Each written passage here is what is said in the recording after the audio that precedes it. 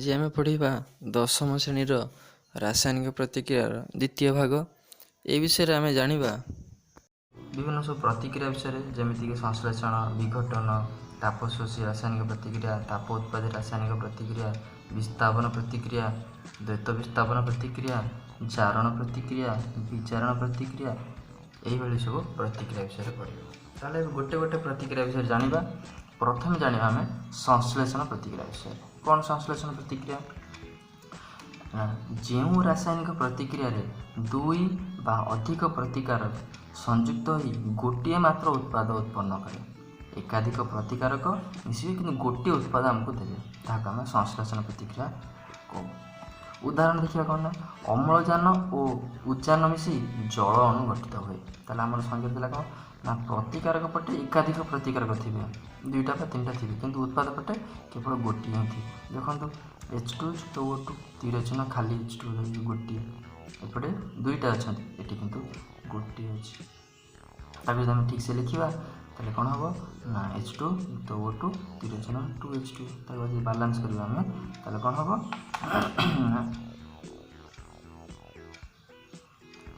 ଏଇଭଳି ଭାବରେ ଲେଖିଲେ କ'ଣ ହେଇଯିବ, ବାଲାନ୍ସ ହେଇଯିବ। ତାକୁ ଯଦି ଆମେ ଲେଖିବା ସଲିଡ୍ ଲିକ୍ୱିଡ୍ ଆକାରରେ କ'ଣ ହେବ ନା, H2 ହେଲା କ'ଣ ନା ଗ୍ୟାସ୍, ହାଇଡ୍ରୋଜେନ୍ ଗ୍ୟାସ୍।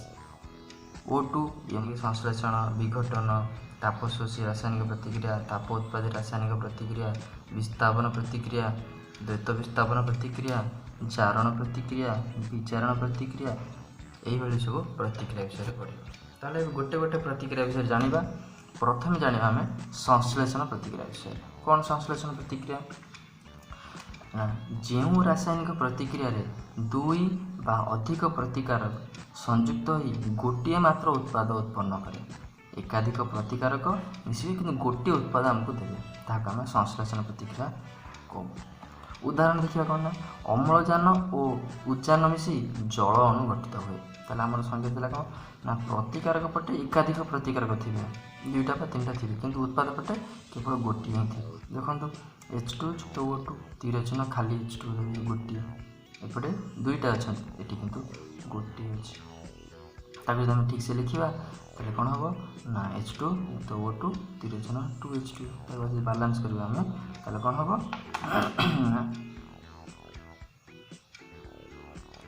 ଏଇଭଳି ଭାବରେ ଲେଖିଲେ କ'ଣ ହେଇଯିବ, ବାଲାନ୍ସ ହେଇଯିବ। ତାକୁ ଯଦି ଆମେ ଲେଖିବା ସଲିଡ୍ ଲିକ୍ୱିଡ୍ ଆକାରରେ କ'ଣ ହେବ ନା, H2 ହେଲା କ'ଣ ନା ଗ୍ୟାସ୍, ହାଇଡ୍ରୋଜେନ୍ ଗ୍ୟାସ୍। O2 ଇଏ ମଧ୍ୟ ହେଲା ଗ୍ୟାସ୍, ପାଇଲେ ଆମେ କ'ଣ ନା H2O ଜଳ, ଏଟା ହେଲା କ'ଣ ଲିକ୍ୱିଡ୍ ହେଲା। ଆଉ ଗୋଟେ ଉଦାହରଣ ଦେଖିବା, ସେମିତି କ'ଣ ନା, କୋଇଲାର ଦହନ ଘଟି ଅଙ୍ଗାରକାମ୍ଳ ନିର୍ଗତ ହୁଏ। ଯେତେବେଳେ ଆମେ କୋଇଲାକୁ ଦହନ କରୁ ସେଥିରୁ କ'ଣ ହୁଏ ନା, ଅଙ୍ଗାରକାମ୍ଳ ଗ୍ୟାସ୍ ବାହାରେ। କୋଇଲାକୁ ଆମେ ଲେଖିବା କ'ଣ, C କାର୍ବନ୍, କୋଇଲାର କାର୍ବନ୍ ବହୁ ପରିମାଣରେ ଅଛି, ସେଥିପାଇଁ C ଲେଖିଲେ, ପ୍ଲସ୍ O2 ଅମ୍ଳଜାନ ଉପସ୍ଥିତିରେ ସେ ଜଳୁଛି, ତାହେଲେ ପାଇଲେ କ'ଣ ନା CO2 ବା ଅଙ୍ଗାରକାମ୍ଳ। ଆକୁ ଯଦି ଆମେ ଆଉ ଟିକେ ଭଲସେ ଲେଖିବା କ'ଣ ନା, C କାର୍ବନ୍ ହେଲା ସଲିଡ୍ କଠିନ ଅବସ୍ଥାରେ, ଅକ୍ସିଜେନ୍ ହେଲା ଗ୍ୟାସୀୟ, ଅଙ୍ଗାରକାମ୍ଳ କ'ଣ ଗ୍ୟାସୀୟ, ତେଣୁ G ଲେଖିଲେ। ତାହେଲେ ଏଇଭଳି ଭାବରେ ସଂଶ୍ଳେଷଣ ପ୍ରତିକ୍ରିୟା ଗଲା। ତାପରେ ଆସିଲା ଆଉ ଗୋଟେ କ'ଣ ନା, ବିଘଟନ ପ୍ରତିକ୍ରିୟା। ବିଘଟନ ପ୍ରତିକ୍ରିୟା ଆମେ କାହାକୁ କହିଲେ?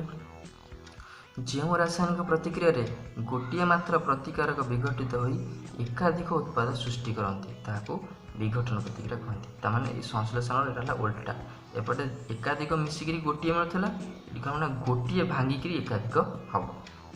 ତ ଉଦାହରଣ ଦେଖିବା କ'ଣ ନା, ଫେରସ୍ ସଲଫେଟ୍କୁ ଉତ୍ତପ୍ତ କଲେ ସେଥିରୁ ଫେରିକ୍ ଅକ୍ସାଇଡ୍, ସଲଫର ଡାଇଅକ୍ସାଇଡ୍ ଓ ସଲଫର ଟ୍ରାଇଅକ୍ସାଇଡ୍ ଉତ୍ପନ୍ନ ହୁଏ। ଆମେ ଯଦି ଦେଖିବା ତାର ସମୀକରଣ ତାହେଲେ କ'ଣ ହେବ, ଏକାଥରେ ବାଲାନ୍ସ ଦେଖାଉଛି ନା 2FeSO4, ଏଇଟା ହେଲା ଗୋଟେ ସଲିଡ୍। ଆକୁ ଯଦି ଆମେ ଉତ୍ତପ୍ତ କରିବା ବା ଗରମ କରିବା ତାହେଲେ ଆମେ କ'ଣ ପାଇବା ନା Fe2O3, ଏଇଟା କଠିନ, ଯୁକ୍ତ SO2 ଯୁକ୍ତ SO3, ଇଏ ହେଲା ଗ୍ୟାସୀୟ, ଇଏ ବି ଗ୍ୟାସୀୟ, ଏଇଟା ହେଲା କଠିନ। ତାହେଲେ ଏଇଭଳି ଭାବରେ ବିଘଟନ ପ୍ରତିକ୍ରିୟା। ସଂଶ୍ଳେଷଣର ଓଲଟା ହେଲା ବିଘଟନ। ସଂଶ୍ଳେଷଣରେ ଏକାଧିକ ପ୍ରତିକାରକ ମିଶିକି ଗୋଟିଏ ଉତ୍ପାଦ ଦେଉଥିଲା ବେଳେ ବିଘଟନରେ ଗୋଟିଏ ପ୍ରତିକାରକ ଭାଙ୍ଗିକିରି ଏକାଧିକ ଉତ୍ପାଦ ଦେଉଛନ୍ତି, ଗୋଟେ ଥିଲାବେଳେ ଏକାଧିକ। सेमती जदि आम आउ गोटे उदाहरण देखा चून पत्थर को उत्तप्त कले ताहा विघटित हो कली चून और अंगारकाम्ल परिणत हुए है। चून पत्थर तार संख्या था CaCO3 एटा गोटे सॉलिड यदि आम ताप प्रयोग करवा उत्तप्त करवा सी कौन हम ना कैल्शियम ऑक्साइड CaO आउ अंगारकाम्ल बा कार्बन डाइऑक्साइड रे परिणत हो गैसीय एटा सॉलिड गठन कैल्शियम। अच्छा आउ गोटे कौन ना ये जो लिखिले आम कली चून कैल्शियम ऑक्साइड को आम कह कली चून है ना जो CaO आपको कली चून बुझापी गोटे पॉइंट कर आसला कौन ताप शोषी रासायनिक प्रतिक्रिया ताप शोषित रासायनिक प्रतिक्रिया कौन तार संज्ञा जो रासायनिक प्रतिक्रिया ताप शोषित हुए ताकू ताप शोषी रासायनिक प्रतिक्रिया कहुए। हाँ उदाहरण देखिए कौन ना सिल्वर क्लोराइड सूर्यालोक धला रंगरू धूसर रंग में परिणत हुए जदि आम सिल्वर क्लोराइड को आणिक सूर्यालोक रखा से कौन हम ना धला रंगरू धूसर रंग बा ग्रे कलर में परिणत हम। तार समीकरण लिखा कौन ना 2AgCl सूर्यालोक उपस्थित से कौन हो ना Ag हो आउ Cl2 बा क्लोरीन गैस हो यही हूँ सिल्वर आर प्रतीक हूँ Ag जेहेतु प्रथमटा बड़ लिखा हुए आउ तापर अक्षर छोट लिखा हुए संकेत प्रतीक लिखा बेले तुमने जानी सूर्यालोक सिल्वर ब्रोमाइड विघटन घटी सिल्वर आउ ब्रोमीन उत्पन्न हुए सेमती आम जब देखा ताले सिल्वर ब्रोमाइड नवा सिल्वर ब्रोमाइड नेले से आम कौन पाइबा ना सिल्वर पाइबा आउ ब्रोमीन गैस पाइबा यह ताप शोषी रासायनिक प्रतिक्रिया उदाहरण। एवं जाना ताप उत्पादी रासायनिक प्रतिक्रिया ताप उत्पादी रासायनिक प्रतिक्रिया कौन जो रासायनिक प्रतिक्रिया उत्पाद उत्पन्न होगा संगे संगे ताप निर्गत हुए ताप उत्पादी माने से ना आम जाना ताप शोषी ताप शोषित होता ताप दरकार करुला ताप उत्पादी तो ये ताप उत्पन्न हम जो रासायनिक प्रतिक्रिया ताप जो आम उत्पाद पाइबा सहित किसी परिमाण ताप उत्पन्न हुए ताकू आम ताप उत्पादी रासायनिक प्रतिक्रिया कहू। उदाहरण देखा ना कोयलार दहनरू अंगारकाम्ल सह ताप शक्ति निर्गत हुए आम पूर्व गोटे पढ़ी कोयलार दहन हेतु अंगारकाम्ल पाऊ एटा गोटे संश्लेषण प्रतिक्रिया एकाधिक प्रतिकारक मिसिक गोटे उत्पाद हो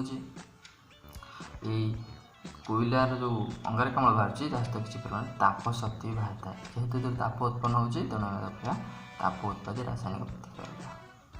आउ गोटे उदाहरण कौन आम खाऊा श्वेतसार जातीय खाद्य जारण घटी से अंगारकाम्ल जल और शक्ति निर्गत है आम जो खाऊे श्वेतसार जातीय खाद्य से कौन हो ना किसी अंगारकाम्ल आउ जल बाहर सहित ता किसी कौन ताप शक्ति निर्गत हो।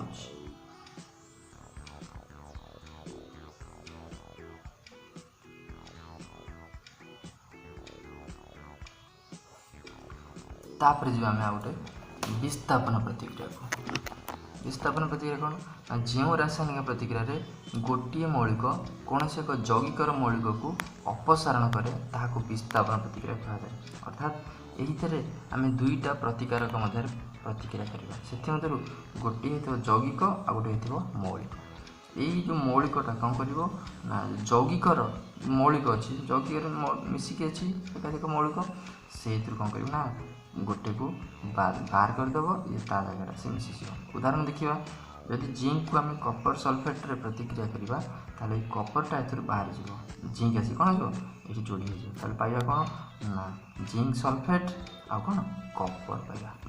आ गोटे उदाहरण देखा कौन ना Pb ये वाला सॉलिड प्लस CuCl2 aqueous पाइबा कौन ना PbCl2 aqueous प्लस कपर ये सॉलिड कपर। हाँ एवं जाना द्वैत विस्थापन प्रतिक्रिया द्वैत विस्थापन क्या कहले जो रासायनिक प्रतिक्रिया प्रतिकारक दुईटी मध्य आयन विनिमय घटे ताको आम द्वैत विस्थापन कहू है ना। ये उदाहरण देखा कौन ना Na2SO4 aqueous प्लस BaCl ये भी aqueous दुटा एक यौगिक आंक भितर कौन हम ना आयन विनिमय ये अदल बदल हो कौन अदल बदल देख ये जो सोडियम अच्छी आउ ये जो क्लोरीन अच्छी ये दुटा मिसिक कौन हो ना NaCl खाइबा लुण हो जो रहीगला SO4 ଆଉ BA ए BAଟା କ'ଣ ହେବ ଏଠି ଆସିଯିବ BaSO4 ହେଇଯିବ। ତାହେଲେ ସେ ଦେଖ BaSO4 ଯୁକ୍ତ NaCl ହେଲା ଆକ୍ୟୁଏସ୍। ଏବେ ଯିବା ଅବକ୍ଷେପ ପ୍ରତିକ୍ରିୟା। ଅବକ୍ଷେପ ପ୍ରତିକ୍ରିୟା କ'ଣ ନା ଯେଉଁ ରାସାୟନିକ ପ୍ରତିକ୍ରିୟାରେ ଅବକ୍ଷେପ ସୃଷ୍ଟି ହୁଏ ତାହାକୁ ଅବକ୍ଷେପଣ ରାସାୟନିକ ପ୍ରତିକ୍ରିୟା କୁହାଯାଏ। ଉଦାହରଣ କ'ଣ ନା ଏଇ ଉଦାହରଣଟାକୁ ଆମେ ଆଉ ଥରେ ବି ନେଇପାରିବା। Na2SO4 ଯୁକ୍ତ BaCl2 ତୀର ଚିହ୍ନ ପାଇବା କ'ଣ ନା BaSO4 ଆଉ NaCl ଏଠି ପାଇଥିଲେ ସେଇଆ। ଏଇଗୁଡ଼ା କ'ଣ ହେବ ନା ତଳେ ବସିଯିବ BaSO4, ସେଥିପାଇଁ ଏ ଅବକ୍ଷେପ ରହିଲା, ତେଣୁକରି ଆମେ ତାକୁ କହିଲେ କ'ଣ ଅବକ୍ଷେପ ରାସାୟନିକ ପ୍ରତିକ୍ରିୟା କହିଲେ। ଏଠାରେ SO4 2- ଓ Ba2+ ପ୍ରତିକ୍ରିୟା ହେତୁ କ'ଣ ହେବ ନା ଗୋଟେ ଧଳାର ଅବକ୍ଷେପ ସୃଷ୍ଟି ହେବ। ଏଇ ରଙ୍ଗ କେମିତି ହେବ ଧଳା ରଙ୍ଗ ହେଇଯିବ, BaSO4 ଉତ୍ପନ୍ନ ହେଉଛି ହେଲା। ଏ ଯେଉଁ BaSO4 ଆର ରଙ୍ଗ ହେଉଛି କେମିତି ଧଳା ରଙ୍ଗ। ଏବେ ଯିବା ଜାରଣ ପ୍ରତିକ୍ରିୟା।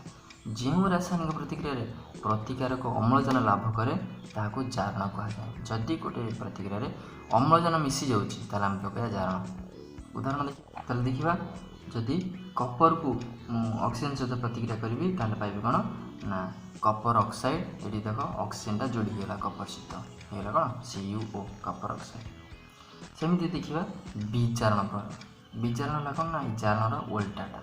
ଏଠି ଅମ୍ଳଜାନ ଯୋଡ଼ି ହେଉଥିଲା, ଏଠି ଅମ୍ଳଜାନ କ'ଣ ନା ବାହାରିଯିବ। ଦେଖିବା କ'ଣ ଯେଉଁ ରାସାୟନିକ ପ୍ରତିକ୍ରିୟାରେ ପ୍ରତିକାରକ ଅମ୍ଳଜାନ ହରାଏ ତାହାକୁ ଆମେ କହୁ କ'ଣ ନା ବିଜାରଣ ପ୍ରତିକ୍ରିୟା ବୋଲି କହୁ। ଦେଖିବା ଉଦାହରଣ CuO କପର ଅକ୍ସାଇଡ଼, ତା ଦେହରେ ଯଦି ଆମେ ହାଇଡ୍ରୋଜେନ୍ ସହିତ ପ୍ରତିକ୍ରିୟା କରିବା ଆଉ କିଛି ତାପ ଦେବା ସେ କ'ଣ ହେଇଯିବ ନା କପର ହେଇଯିବ ଆଉ ହାଇଡ୍ରୋଜେନ୍ ବାହାରିଯିବ ହେଲା। ଏ ଯେଉଁ କପର ଅକ୍ସାଇଡ଼ ଆର ରଙ୍ଗ ହେଲା କଳା ରଙ୍ଗ ହେଇଥାଏ। ଯେତେବେଳେ କପର ବାହାରିଯିବ ଯେଉଁ ଅକ୍ସିଜେନ୍ ସେ କ'ଣ ହେଇଯିବ ନା ବାଦାମୀ ରଙ୍ଗର ହେଇଯିବ ହେଲା। ତାହେଲେ ହେଲା କ'ଣ ବିଜାରଣ ପ୍ରତିକ୍ରିୟା। ଜାରଣରେ ଅମ୍ଳଜାନ ଯୋଡ଼ି ହେଉଛି, ବିଜାଣରେ ଅମ୍ଳଜାନ ବାହାରି ଯାଉଛି। ଏଠି ହେଇଥିଲା CuO ଅମ୍ଳଜାନ ଯୋଡ଼ି ହେଇଥିଲା, ଏଠି ହେଲା CuO ମାନେ ଅମ୍ଳଜାନ ବାହାରିଗଲା ହେଲା। ଏଇଭଳି ଭାବରେ ଆମେ ସବୁ ପ୍ରତିକ୍ରିୟା ବିଷୟରେ ଜାଣିଲେ। ଏବେ ଜାଣିବା ରାସାୟନିକ ପରିବର୍ତ୍ତନ କାହାକୁ କୁହାଯାଏ। ଗୋଟେ କ୍ୱେଶ୍ଚିନ୍ ହେଲା ରାସାୟନିକ ପରିବର୍ତ୍ତନ କାହାକୁ କୁହାଯାଏ। କ'ଣ ଉତ୍ତର ଲେଖିବା, ଯେଉଁ ପରିବର୍ତ୍ତନ ସ୍ଥାୟୀ ଓ ଅପ୍ରତ୍ୟାବର୍ତ୍ତୀ ତାହାକୁ ରାସାୟନିକ ପରିବର୍ତ୍ତନ କୁହାଯାଏ। ଏଥିରୁ ସମ୍ପୂର୍ଣ୍ଣ ଭିନ୍ନ ପଦାର୍ଥ ସୃଷ୍ଟି ହୁଏ ଯାହାର ଧର୍ମ ମୂଳ ପଦାର୍ଥ ଧର୍ମ ଠାରୁ ଭିନ୍ନ ହୋଇଥାଏ ହେଲା। ଏଥିରେ ଆମେ ଯେଉଁ ଜିନିଷଟା ପାଇଲେ ତାର ଧର୍ମ ମୂଳ ପଦାର୍ଥ ଧର୍ମ ଠାରୁ ଭିନ୍ନ ହୋଇଥିବ। ଏହା ପୂର୍ବ ଅବସ୍ଥାକୁ ଫେରି ପାରେ ନାହିଁ। ଇଏ କ'ଣ କରିବ ନା ପୂର୍ବ ଅବସ୍ଥାକୁ ଫେରି ପାରିବ ନାହିଁ। ଉଦାହରଣ ଦେଖିବା ନା କାର୍ବନ ଯୁକ୍ତ ଅମ୍ଳଜାନ ବା ଅକ୍ସିଜେନ୍ ପାଇବା ଅଙ୍ଗାରକାମ୍ଳ। ଯଦି କୋଇଲାକୁ ଆମେ ଜାଳିବା ଅମ୍ଳଜାନ ଉପସ୍ଥିତିରେ ପାଇବା ଅଙ୍ଗାରକାମ୍ଳ ଗୋଟେ ପୂର୍ବରୁ ଉଦାହରଣ କହିଥିଲେ, ସେଇଠିକୁ ମଧ୍ୟ ଏଠି ଆମେ ଦେଇପାରିବା। ଏଥିରେ ଆମେ ପଛକୁ ଫେରି ପାରିବାନି।